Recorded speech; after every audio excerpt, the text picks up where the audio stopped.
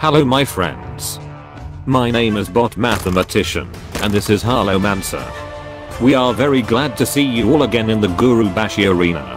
Today we have collected a large amount of information, statistics and community impressions about new cards.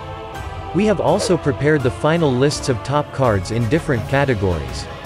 I've converted all voting results from popular resources into percentages.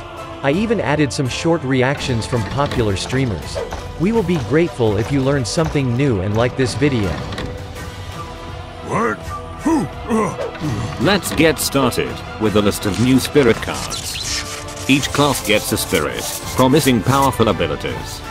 All of them are minions that have stealth for one turn. According to the votes on different sites, Warriors team got the best spirit. In general, players like the new mechanics. The Hearthstone top decks community, as always, has more generous ratings. The average community impression is 64%, which is equivalent to a 4-star rating. Let's look at the rating of class legendary cards. Each class is getting a powerful minion called a Loa. Loas are ancient spirits that the trolls worship. According to community voting, the Mages team got the best Loa. Janalai, the Dragonhawk's card text says, Battle Cry, if your hero power dealt 8 damage this game, summon Regnaros the Firelord. The community is delighted with this ability. The power of the legendary Loas really impressed the community. And now, let's take a close look at class champions. Each class received its legendary troll champion minion, except Hunter. Hunter is the only class that received a hero card. In the last video, I made a mistake and missed out on this information.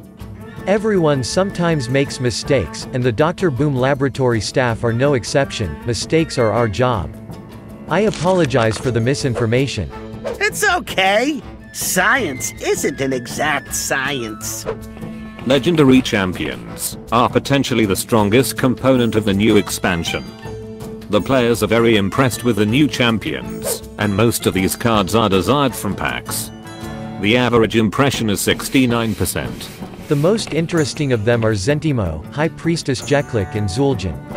But the main leader is High Priest Thekla. The text of this card says Battle Cry, convert all but one of your hero's health into armor. This card definitely solves the main problem Paladin had with healing cards. Paladin often had trouble getting damaged, reducing the effectiveness of their healing resources. Before we continue, we want to remind you about the pack's value experiment. Our main goal is to confirm or deny gossip from the community about the developers' interference in the game code on release day. After you open your new packs, don't forget to record your results, then convert this information into a special code and share it with us. Our staff will respond to everyone and mathematically determine the level of your luck. A link with more details can be found in the description. We will analyze and publish all of the results in a special video. Invite your friends to take part in this experiment, and share your results on social networks. You can also send the results of your favorite content creators.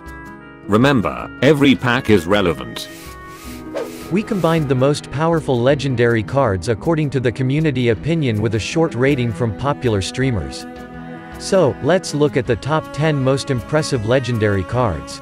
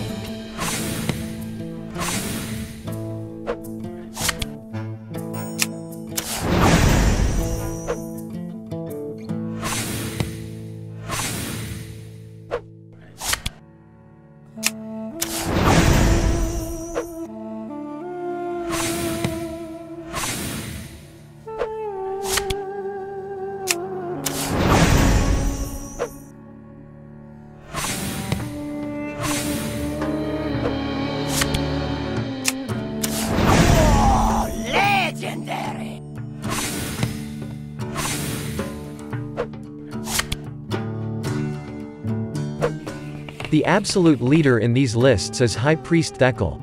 Every second player thinks this card is meta-defining. But the Hearthstone top decks community has another leader, this is Da Undatica. The text of this card says, Battle Cry, gain the death rattle effects of 3 friendly minions that died this game. It's my favorite legendary card. Firstly, it has a very strong ability, and I love death rattles. Also, don't forget about how insane it is going to be in Wild. Finally, this is a reference to the popular Undertaker wrestler. Wrestling at the Guru Bash Arena, it seems cool. What about you? What is your favorite legendary card? Please share your opinions for statistics in the comments. Opinions about the worst legendary cards in different communities have coincided. Grifta is not only the worst legendary card, but the worst card in the entire expansion. Only Harbinger Celestia from Boomsday is worse than this card according to first impressions before release. The new legendary cards impress the community slightly less than legendary cards from Kobolds and Catacombs. And now let's look at the 10 best epic cards.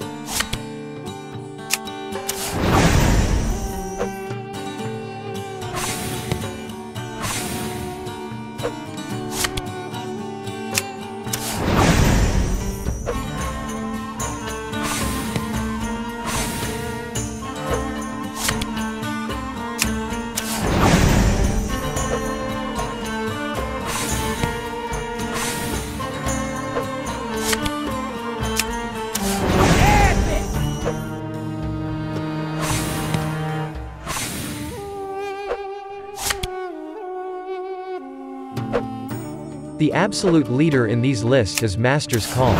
More than 38% of respondents believe that this card is meta-defining. And these are the top 3 worst epic cards from the Rastakhan's Rumble. Guru Bashi Offering is the worst epic card.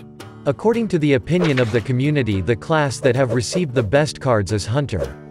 The class that has received the worst cards is Druid. Here are the 10 strongest cards for Hunter. As you can see, community has great expectations for Revenge of the Wild. The text of this card says, summon your beasts that died this turn. Here's the comparative table of the best rare and common cards for different classes. These cheap minions and spells have every chance of becoming a platform for new archetypes, and provide great support for old mechanics. They deserve special attention. The absolute leader in these lists is Hunter spelt Revenge of the Wild. More than 59% of respondents believe that this card is meta-defining. And the final list for today. This is a comparative table of the top 10 neutral cards. For me, this is the most interesting part. As a rule, in each expansion we get several very powerful cheap cards that become the basis of not only higher level decks, but also budget decks. For example, in the Boomsday expansion, we received Giggling Inventor. The community did not see the potential of this card, and gave it a very low rating. In the general list, it occupied the 46th place. But after release, this card was so powerful, that it was eventually nerfed. The absolute leader in these lists is Da Undatica.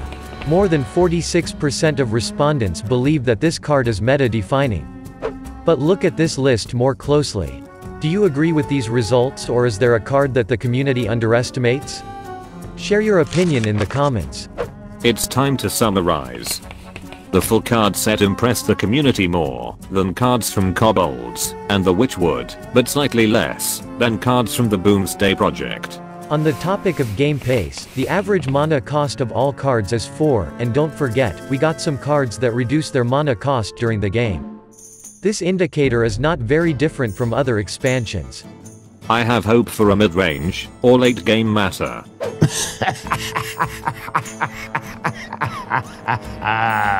However, I hope for it every time. But the data shows that expectations and reality vary. You can recall last Compendium's results from Kobolds, Witchwood, and Boomsday and compare it with reality. You can also see the total result for all cards. You can find all of these links in the description. As for me, I believe we received some very interesting cards. At the arena we will meet pirates, beasts, dragons, elementals and of course, one murloc and one totem. We received many unique mechanics and a large number of really strong legendary cards. We've already learned so much about new cards, and we are interested to know your impressions. So, are you excited for the new cards? We created a YouTube poll. Find the button on the screen, please vote and share your opinions in the comments. Alright, that's all for today. Thank you for being with us. And special thanks to Chris for text editing. We will meet in new videos. Good luck.